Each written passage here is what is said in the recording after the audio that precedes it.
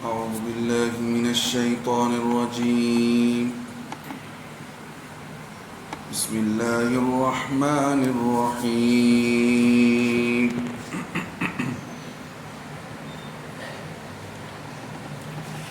وإذا سألك عبادي عني فإني قريب أجيب دعوة الداع إذا دعاني فليستجيبوا لي وليؤمنوا بي لعلهم يرشدون.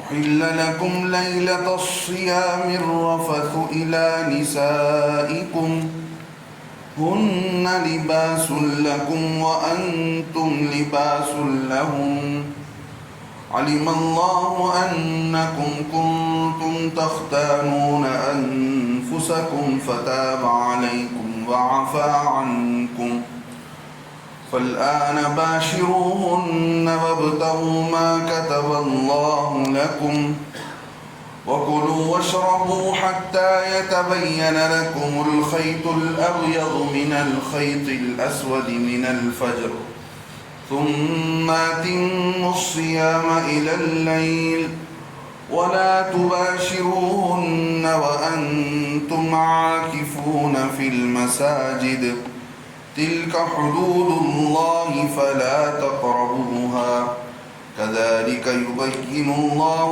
آياته للناس لعلهم يتقون. صدق اللہ العظیم. محترم بزرگوں، عزیز نوجوان ساتھیوں، پچھلی مجلس میں آپ حضرات کے سامنے اللہ تبارک و تعالی نے قرآن کی اس آیت کے اندر جس میں اللہ نے روزوں کو جو فرض کیا ہے، فرض روزوں کے متعلق کئی ساری باتیں آپ حضرات نے سنی، جس میں اللہ تبارک و تعالیٰ نے ایمان والوں سے فرمایا کہ اے ایمان والوں، ہم نے تم پر روزوں کو فرض کیا ہے جیسے کہ پچھلے لوگوں پر ہم نے فرض کیا تھا، تاکہ تم جو ہے تقوی تمہارے اندر پیدا ہو جائے، تم اللہ سے ڈرنے والے بن جاؤ. اللہ نے اس آیت کے اندر روزے کا مقصد یہ بتایا کہ آدمی کی زندگی میں تقوی پیدا ہو جائے. پھر اللہ نے آگے بتایا کہ دیکھو اتنی بھاری چیز نہیں ہے، گنتی کے چند دن ہیں، مہینے کے 30 دن ہیں. اگر کوئی آدمی بیمار ہے یا سفر پر ہے تو پھر اس کے لیے ہمارے طرف سے یہ رخصت دی جاتی ہے کہ وہ رمضان کے روزے بعد میں بھی پورا قضا کر سکتا ہے. سفر کی مشقت کی وجہ سے، بیماری کی تکلیف کی وجہ سے وہ آدمی روزہ چاہے تو چھوڑ کر بعد میں اس کی قضا کر سکتا ہے. آگے اللہ نے فرمایا جن لوگوں کو روزے پر کی طاقت ہی نہیں ہے انہیں چاہیے کہ ایک فدیہ مسکین کو دے دے.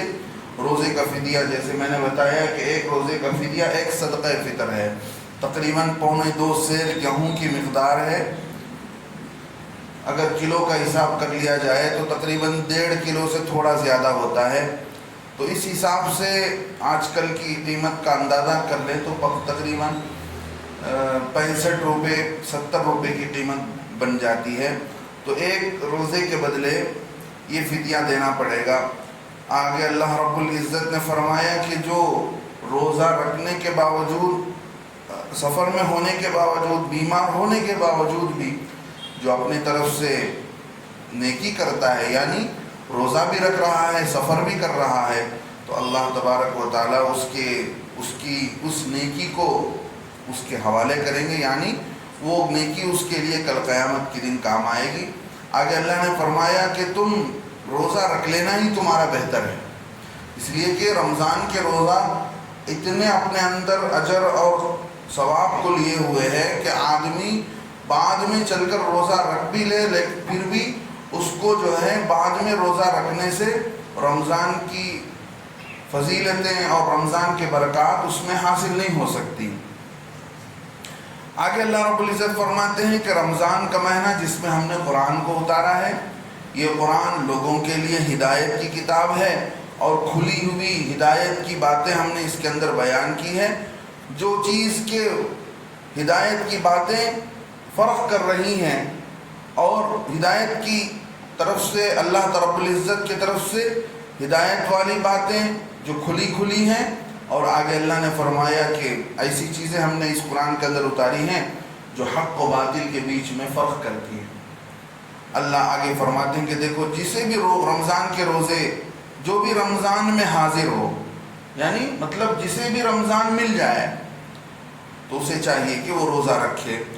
اب رمضان میں کوئی شخص بچہ تھا، بالغ نہیں ہوا، اسی طرح بے ہوش آدمی تھا، اسے ہوش نہیں آیا، مجنون تھا، اس پر جو ہے عاقل بالغ پر روزہ فرض ہوتا ہے تو عاقل نہیں تھا، دیوانہ تھا۔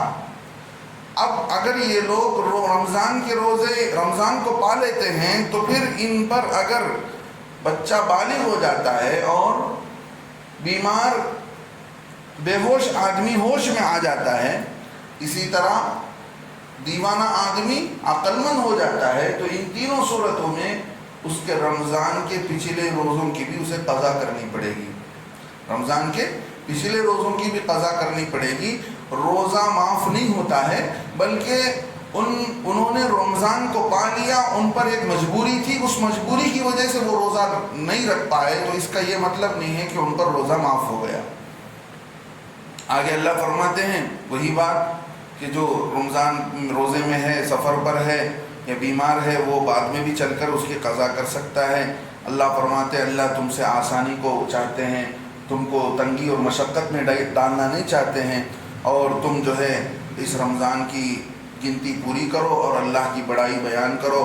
اللہ نے جس کی ہدایت اللہ نے تمہیں دے رکھی ہے، اور تم شکر گزار بندوں میں ہو جاؤ۔ یہ پچھلے جمعے کی تفسیر تھی۔ اب جو آیت میں نے آپ حضرات کے سامنے بیان کی ہے، یہ آیت اللہ رب العزت رمضان کے قصوں کو بیان کرنے، رمضان کی بات کو پیش کرنے کے بعد اللہ تعالیٰ دعا کے متعلق فرما رہے ہیں۔ امام جساس رحمۃ اللہ علیہ لکھتے ہیں کہ یہاں اس آیت کے اندر دعا کو ذکر کرنے کا مطلب ہی یہ ہے کہ رمضان میں دعائیں قبول ہوتی ہیں، روزوں کے بعد دعائیں قبول ہوتی ہیں۔ ایک حدیث میں تو صاف فرمایا گیا کہ افطار کے ختم پر، روزے کے ختم پر افطار کے وقت میں دعا قبول ہوتی ہے۔ حضرت عبداللہ ابن مبارک رضی اللہ عنہ، حضرت عبداللہ ابن عمر رضی اللہ عنہ کے بارے میں لکھا ہے کہ وہ لوگوں کو جمع کرتے تھے اور خود دعا کرتے تھے، یعنی اجتماعی دعا ہوتی تھی، سب آمین کہتے تھے۔ یہ حضرت عبداللہ ابن عمر رضی اللہ عنہ کی سنت تھی۔ معلوم یہ ہوا کہ رمضان کے جو روزے ہوتے ہیں تو روزے کے آخر میں دعا قبول ہوتی ہے، آدمی کو افطار کے وقت میں اللہ سے دعا مانگنی چاہیے۔ یہ بات اللہ تعالیٰ رمضان کے روزوں کو ذکر کرنے کے بعد یہاں پر دعا کی آیت کو لا کر اللہ تعالیٰ یہ بات بتا رہے ہیں۔ وَإِذَا سَأَلَكَ عِبَادِي، اور جب اے نبی علیہ السلام آپ سے پوچھے میرے بارے میں، میرے بندے میرے بارے میں پوچھیں، فَإِنِّي قریب، میں تو قریب ہی ہوں۔ ایک دیہاتی شخص تھے، ایک صحابی تھے، انہوں نے آ کر اللہ کے نبی صلی اللہ علیہ وسلم سے پوچھا، اللہ کے نبی علیہ السلام یہ بتائیے کہ ہمارا رب قریب ہے کہ دور ہے؟ اگر قریب ہے تو ہم آہستہ آہستہ دعا کریں، اللہ کو پکاریں، اگر ہمارا رب دور ہے تو ہم اسے زور زور سے پکاریں۔ اس پر یہ آیت نازل ہوئی اللہ کے طرف سے، اس سوال پر اللہ نے اس آیت کو اتار کر بتایا، اے نبی علیہ السلام جب آپ سے آ کر لوگ پوچھتے ہیں، میرے بندے پوچھتے ہیں انی، میرے متعلق، فإنی قریب، میں تو قریب ہی ہوں، اجیب دعوت الداعی اذا دعان، میں جواب دیتا ہوں دعا کرنے والے کی دعا کا جب وہ مجھے پکارتا ہے، جب وہ دعا کرتا ہے تو اس دعا کرنے والے کی دعا کو میں قبول کرتا ہوں۔ جواب دیتا ہوں کا مطلب قبول کرتا ہوں۔ تو آگے اللہ فرماتے ہیں فَلْيَسْتَجِيبُوا لِي، تو ان لوگوں کو چاہیے کہ وہ میری فرما برداری کریں، میری بات کو قبول کریں۔ میں نے جو بتایا ہے دنیا کے اندر جو چیزیں، ان لوگوں کو چاہیے کہ وہ میری بات قبول کریں۔ وَلْيُؤْمِنُوا بِي، اور مجھ پر یقین رکھیں، ایمان لائیں۔ ایمان لانے کا، یقین اپنے اندر پیدا کرنے کا اللہ تعالیٰ کن سے مطالبہ کر رہے ہیں؟ ایمان والوں سے، روزے داروں سے۔ مطلب یہ ہوا کہ ایمان والا چاہے روزے دار کی شکل میں ہو، رمضان کی حالت میں ہو، ہر حال میں ایمان والا مسلمان بندہ اللہ کے یقین کا محتاج ہے. ہر وقت اللہ پر کامل ایمان اور یقین ایمان والے کی زندگی میں ہونی چاہیے. اللہ فرماتے ہیں کیوں؟ میری بات کو قبول کرنا، مجھ پر ایمان لانا کیوں ہے؟ لعلہم یرشدون، لعلہم یرشدون، تاکہ وہ لوگ راستہ پالیں، ان کو راستے کا پتہ مل جائے. دنیا کے اندر اللہ ہم کو راستہ بتا دے تو اس سے بڑی کیا بات ہے. دنیا کے اندر انسان کیوں بھٹک رہا ہے؟ اس لیے کہ خود راستے پر چلنا نہیں چاہتا، اللہ سے مانگتا نہیں ہے. تو یہاں پر دعا کا تذکرہ ہے. دعا کے متعلق یہ بات آئی ہے، دنیا کے اندر جب دنیا والوں سے پوچھتے ہیں، مانگتے ہیں تو دنیا والے ناراض ہو جاتے ہیں. ایک مرتبہ دے دیتے ہیں تو پھر دوبارہ منہ پھیر لیتے ہیں. حدیث میں آتا ہے من لم یسأل اللہ یغضب علیہ، جو اللہ سے مانگتا نہیں ہے اللہ اس پر غصہ ہوتے ہیں. انسان سے مانگتا ہے تو انسان غصہ ہو جاتا ہے، اللہ سے کوئی مانگتا نہیں ہے تب اللہ غصہ ہو جاتا ہے. کیسا بندہ ہے، مجھ سے ہی نہیں مانگتا. تو دعا کے متعلق علماء نے لکھا ہے کہ آدمی دعا کے وقت میں بالکل دنیا والوں سے الگ تھلگ ہو جائے. آدمی کی دل کے اندر ایک چاہت ہو کہ مجھے اللہ سے آج مانگنا چاہیے، میری روزی مانگنی چاہیے، اللہ سے ہدایت مانگنا چاہیے، ساری امت کے لیے میں دعا مانگوں، سب انسانیت کے لیے دعا مانگوں. ایک دل کے اندر دعا مانگنے کا جذبہ ہو، پہلا نمبر. دوسرا نمبر، آدمی پورے طور پر متوجہ ہو کر دعا مانگے. ٹھیک ہے؟ اور آدمی مانگتے وقت میں اللہ سے ایسا التجا کرے، اللہ سے ایسے ہاتھ پھیلا کر اللہ سے مانگے کہ اللہ کو پیار آ جائے اور اللہ دے دے. حدیث میں بتایا گیا کہ اللہ سے مانگو اس حال میں کہ تمہارے آنکھوں سے آنسو جاری ہونے لگے. فَإِن لَمْ تَبْكُوا فَتَبَاكُوا، اگر تمہیں رونا نہیں آتا ہے تو رونے والوں کی صورت بناؤ. یہ ساری دعاؤں کے آداب لکھا علماء نے کہ آدمی مانگ رہا ہو تو بالکل اللہ کے سامنے فقیر ہے، چاہے دنیا کا جتنا بڑا مالدار کیوں نہ ہو، اللہ کے سامنے فقیر ہے، اللہ سے دعا مانگتے رہنا چاہیے. آج سب سے بڑی پریشانی یہ ہے کہ امت اللہ سے دعا نہیں مانگتی ہے. پہلے زمانے میں لوگوں کو دعا مانگنا نہیں آتا تھا، اس لیے امام صاحب سے کہا گیا کہ امام صاحب نماز کے بعد دعا مانگو، لوگ آمین آمین کہتے تھے. اب وہی عادت چل پڑی ہے. حدیث میں آتا ہے کہ عام دنوں میں دعا کی قبولیت کا 2 وقت ہے. عام طور پر ہمارے ساتھی یہ کہتے ہیں کہ مغرب کے بعد، مغرب کی قبولیت کا وقت ہے. مغرب کا وقت کوئی قبولیت کا نہیں ہے. حدیث میں جو بتایا گیا وہ قبولیت کا وقت ہے. 1 نمبر تہجد کا، سب سے بہترین وقت تہجد کا وقت، جس میں اللہ تعالیٰ آسمان دنیا پر آ کر پوچھتے ہیں حل من مستغفرین، کون مجھ سے مغفرت چاہنے والا، حل من مسترزقین، کون مجھ سے روزی مانگنے والا، میں اسے روزی دوں، میں اس کی مغفرت کروں. پوری دنیا سو رہی ہوتی ہے، اللہ دینے کے لیے آتے ہیں، ہم دروازہ بند کر کے آرام سے سو رہے. نمبر 1. دوسرا 5 وقتہ نمازوں کے بعد کا وقت. امام صاحب نے سلام پھیر دیا، امام صاحب کے سلام پر آمین کہیں، امام صاحب کی دعا پر، لیکن اس کے بعد اپنی دعا جاری رکھے، اس لیے کہ 5 وقت کی نماز کے بعد بھی دعا قبول ہوتی ہے، اللہ کے نبی علیہ السلام نے فرمایا. تو آدمی اللہ سے خوب دعا مانگے. صرف لوگ کیا کرتے ہیں، امام صاحب نے آمین کہا، دعا کہا تو ہم بھی آمین کہہ کر چہرے پر ہاتھ مل کر چلے جاتے ہیں کہ اللہ سے مانگ رہے ہیں. یہ نہیں ہے. مستقل آدمی اللہ سے دعا کرے. جیسے نماز ایک عمل ہے، ایسے ہی دعا ایک عمل ہے.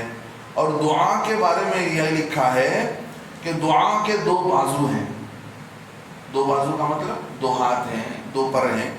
ایک عقل حلال، اسی آدمی کی دعا قبول ہوتی ہے جس کا کھانا حلال ہو، حلال طریقے سے کماتا ہو، جھوٹ بول کر نہیں، دھوکہ دے کر نہیں، امانت میں خیانت کر کر نہیں، اپنی چیز کی زیادہ تعریف بڑا چڑھا کر اپنے مال کو بیچتا ہے، جب خریدنے کا نمبر آتا ہے سامنے والے سے اس کی ویلیو گرا کر بات کرتا ہے، اور ٹال مٹول کرتا ہے پیسے کے لینے دینے میں. دوسروں سے اپنے پیسے وصول کرنا ہو تو بہت سختی کرتا ہے، اور اپنے پیسے ادا کرنے کا نمبر آتا ہے تو ٹال مٹول کرتا ہے، پھر دیں گے. حدیث میں بتایا گیا کہ یہ 7 آدمی، کسی بھی تجارت کے اندر یہ چیزیں ہونی چاہیے. یہ جھوٹ نہ بولے، دھوکہ نہ دے، امانت میں خیانت نہ کرے، اور نمبر پیسے دینے کا آئے تو جلدی سے ادا کر دے، اور لینے کا نمبر آئے تو اس کو مہلت دے۔ اور پانچویں چیز، اپنے مال کی زیادہ سے زیادہ تعریف نہ کرے، جو اس کی حیثیت ہے وہ بتائے، سامنے والے کی چیز خرید رہا ہے تو اس کی ویلیو کو کم نہ کرے۔ تو یہ چیز کیوں بول رہا ہوں؟ اس لیے کہ حلال طریقے سے کمائے گا۔ دوسرا بتایا گیا صدق مقال، زبان سچی ہونی چاہیے، جھوٹے کی دعا اللہ قبول نہیں کرتے۔ یہ چیز کتابوں میں یہ باتیں لکھی گئی ہیں، اللہ ہمیں عمل کی توفیق نصیب فرمائے۔ تو آدمی مستقل دعا مانگے اللہ سے، ہر وقت ہر موقع پر مانگے، سب سے مانگے۔ تو آگے اللہ رب العزت نے ایک بات بیان کی جو پچھلے جمعہ میں نے آپ حضرات کے سامنے جاتے ہوئے، پہلے یہ ہوتا تھا کہ رمضان کے روزے جب آدمی کھولتے تھے، رمضان کا روزہ جب کھولتے تھے افطار کے وقت میں کچھ کھا لیے، کچھ کھا لیے، اور اگر آدمی کی خواہش ہوئی بیوی سے ملاقات کی، مل لیا، تو پھر اگر اس نے رات کے وقت سے پہلے ہی یا وقت گزرنے کے بعد سو گیا، تو پھر سو کر اٹھنے کے بعد نہ بیوی حلال ہے نہ کھانا حلال ہے۔ یہ بہت دقت پیش آتی تھی۔ ایک صحابی تھے قیس ابن سرما، انصاری صحابی تھے، مزدوری کرتے تھے، رات میں آئے، مزدور تھک جاتا ہے آدمی، جب آئے گھر میں افطاری کے لیے کچھ نہیں رکھا تھا، بیوی نے کہا کہ میں کہیں سے کچھ لے کر آتی ہوں، بیوی گئی، ان کو اتنا تھکان تھا کہ یہ سو گئے۔ اب جب آنکھ کھلی تو سو کر اٹھنے کے بعد، سمجھ رہے ہیں آپ مسئلہ؟ پہلے ایسا ہوتا تھا روزے کے اندر کہ افطاری کے بعد اگر آدمی سو گیا، چاہے کھانے کے بعد سو گیا یا بغیر کھائے کے سو گیا تو پھر اٹھنے کے بعد اس کے لیے کھانا جائز نہیں، بیوی سے ملنا جائز نہیں، پھر روزہ شروع ہو جاتا تھا۔ اب اس میں بہت صحابہ کو تکلیفیں پیش آئی۔ یہ صحابی جب دوسرے دن کنٹینیو روزہ رکھنا شروع کیے تو دوسرے دن ان پر کمزوری آئی، بے ہوش ہو کر گر گئے۔ اور بعض صحابہ ایسا ہوا کہ سو کر اٹھے، پھر ان کی ملاقات ہو گئی بیوی سے، یہ سارے مسائل پیش آ رہے تھے، تو پریشانیاں تھیں۔ تو اس موقع پر اللہ رب العزت نے یہ آیت، لمبی آیت ہے، اس میں اللہ تعالیٰ فرماتے احل لکم، تمہارے لیے حلال کر دیا گیا۔ کیا مطلب؟ آج حلال کر دیا گیا، اس کا مطلب یہ ہے کہ اس سے پہلے یہ چیز حلال نہیں تھی، اب حلال ہو رہی ہے تمہارے لیے۔ کیا چیز؟ لیلۃ الصیام، رمضان کی راتوں میں، الرفث الی نسائکم، تمہاری بیویوں سے تمہاری ملاقات کرنا، اس سے مراد جماع ہے۔ اللہ فرماتے ہیں ہن لباس لکم وانتم لباس لہن، وہ تمہارے لیے لباس ہیں اور تم ان کے لیے لباس ہو۔ بیوی سے آدمی کو سکون ملتا ہے اور مرد سے بیوی کو سکون ملتا ہے، اور دونوں کے عیوب دونوں مل کر چھپاتے ہیں، ہر ایک کا عیب اور ہر ایک کی ضرورت دونوں دوسروں سے پوری ہوتی ہے۔ اللہ رب العزت نے ایک دوسرے کو لباس کے طور پر بتایا کہ جیسے انسان کے لباس سے انسان کے عیوب چھپ جاتے ہیں، ایسے ہی میاں بیوی کی وجہ سے، ہر ایک کی وجہ سے دوسرے کا عیب چھپ جاتا ہے اور اس کی ضرورت پوری ہو جاتی ہے۔ اللہ فرماتے ہیں علم اللہ، اللہ تعالیٰ جانتے ہیں انکم کنتم تختانون انفسکم،